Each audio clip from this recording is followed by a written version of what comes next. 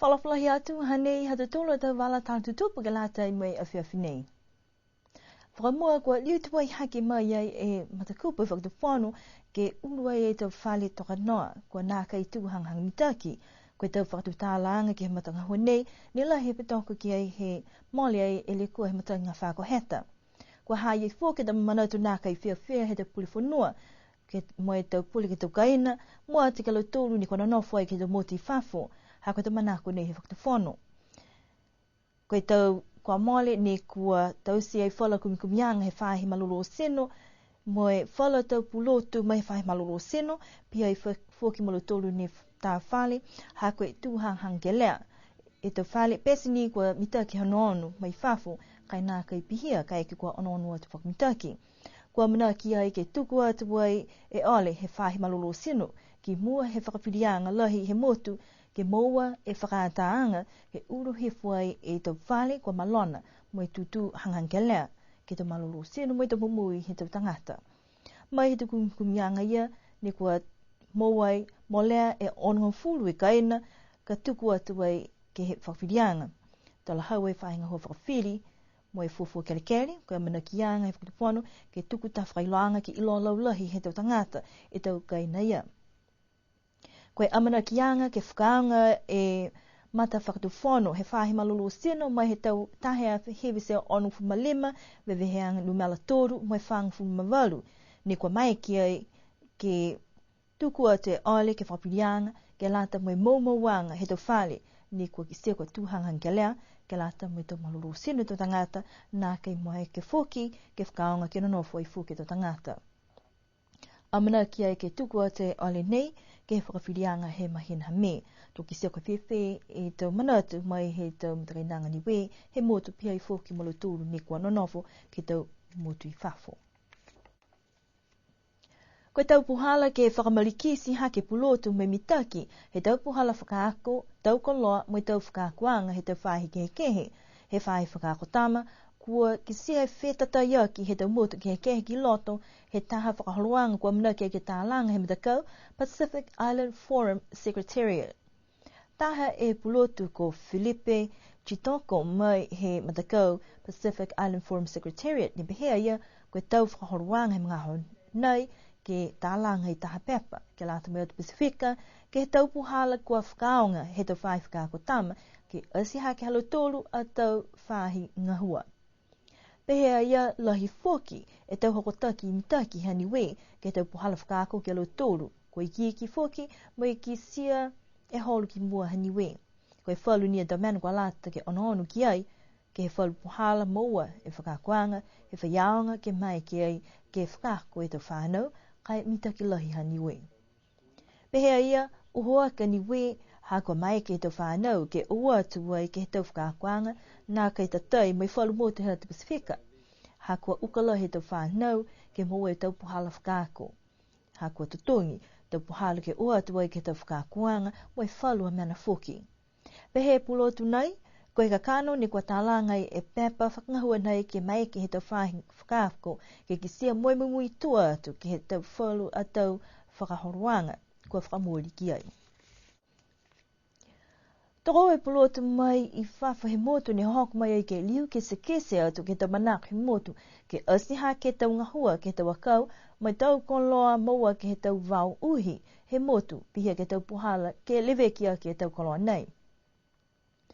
Pehe hukui mai he whahinga hua whanua toa ka musika ko Brendan Tawasi nā kai koe onona niwe ke he heleanga he tau akau ka koe tau puhala ngahua. Mana koe whahinga hua ke moa mai e tau manatu he tau tangata usi he motu. Tangata tau puli whanua mo tau tangata whuki nene manako ke whakakese halau tūla tau manatu ke he tau wauhi mo e whakaonganga he tau akau he wauhi mo e pihia whuki ni e ononangi mua he tau whakaonganga whuki he whauru koloa ne toka I he tau wauhi halau tū tunga I he tau lupe me tau peka mo e pihia whuki tau unga tau luku suko e whakaoloanga he pepa nei ko manako ke iloa tau manatu tau tangata hako e tau whanga mena pihe nei na mitaki lahi ke moa mai o se tau tau manatu i tangata tau tālanga kai pepa ni ke seki kua tau mga hui mua kua pehe mai whalu tangata ai loa lo tōru he tau seanga nei ai loa lo tōru koe tau se mohai tau whakaolanga nei ta koe ononoanga he whainga hua ke lali ke pui e hato tōru a tau wauhi mo i tau akau pia ni me tau mena ne toki ai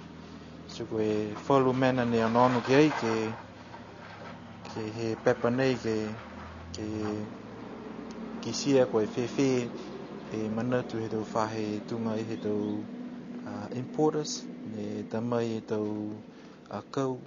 ki Niuean ke tālanga ke tau whale pia fuki mai manatu he whahe turisi ka nono e ke whahe ecotourism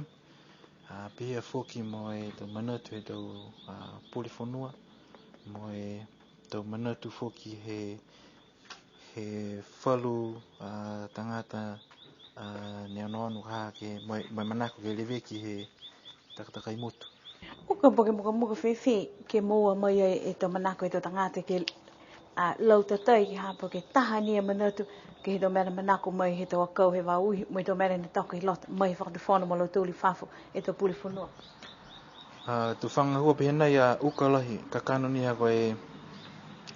ka tau wauhi e tau tūlu mana ala fua ia kaha ke kisia koe hahai e wala wau nei hahai e wala wau ko so tu mana pia ne uka ia koa ka tausia i taha tausianga ha ke tau kau tokolonga te tangata mene ko mai ke pehe mai nā kai koe wala whanua ha ko nei puli au ke whanua nei se koe manako ia nei ha ke whakatutare tuanga tausi mai lali foki ke tausi taha puhala ne kua muka ke iloa ka he tu tangata koe hei hanai holoanga he whakau i lata mai tu wauhi Niuean. Koe whakaholoanga nei, amamna ki ke mau pōpo ka o se whakatutalanga mo tōru, whalu tau manako ke whakakis manatu, ke tau koloa mai te wau uhi, ko tōru ke tau mata whakatuwhano, koe whakatuwhano me whalu foki.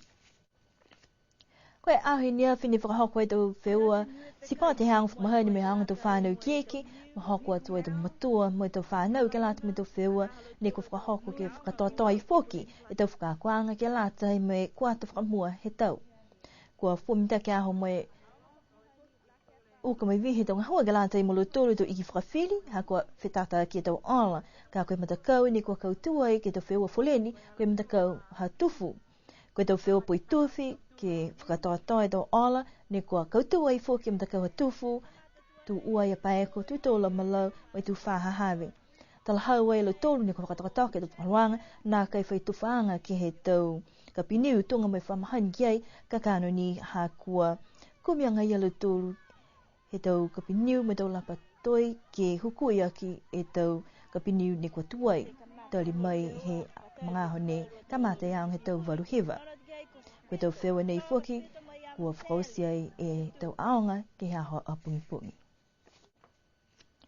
Amna ki ke kori whiawhia mai langmatai ke he tau whakaholoanga mahuenga ke pō whaiumu, ni hangawa ta tutulki ai ke asi tope mai langmatai aki e whakaholoanga, tu whunga motu ni we ua e mai hong whamataha kua mana ki ke mata he matahiku he whahi tapu nei. Koe tau hata ki ia mai he takitaki, he whahinga hua he tau tangata whenonga ewa ko Hayden Porter, ke lata mai whakaholoanga, whakafua tau koloa ke he puhala whakapiritania, koe auction. Koe puhala nei ke kisia he tau tangata e tau koloa, mai lali ke whakatope ke tau tupe kua manatu alo tōru, pua ia, kua lata ke whakatope ake koloa ia. Tahani e mena ka whai tangata whoki ne kua manako, ke koloa nā, kua mai ke whoki ia, ke tupu ha ke tupe moe lali, ke moa e koloa taha nei. Pehea Hayden longa lahi e tau koloa, ka mata mai he tau sikesi whakalele, tau tangata ke watu ke ngahua, ke tau kaina, tau koloa, tahe punua puaka, mai longa tau koloa furufuala kua mana ki ke tuku haki ke whakatupe, moe whakatau he tau tangata. Tahe ne mena kua lata ke whoki ke mai longa, he tau tangata e tau lauia, nā kai whai kai talofa. Tā tu whakalonga te tupe ke whare tari whenonga, ha matawai, a whiawhi whaiumu he whahitap nei, ha pangi whakaroanga nei ki he matahala 5 he whiawhi. Pēnā hata tūru a tau wala tatu tupu kalata I mea whapne amna ki puki I ma whale tau whaloanga ni ako hanga wata ki ai ki heu ki o ka tapu mua tu ki he tau whewea ka whakahoko ai ki matawai ki hea whaiumu. Kia no nofu munine po a tau lidia wata tolu ki whelewea ki he whahi tapu ka hau.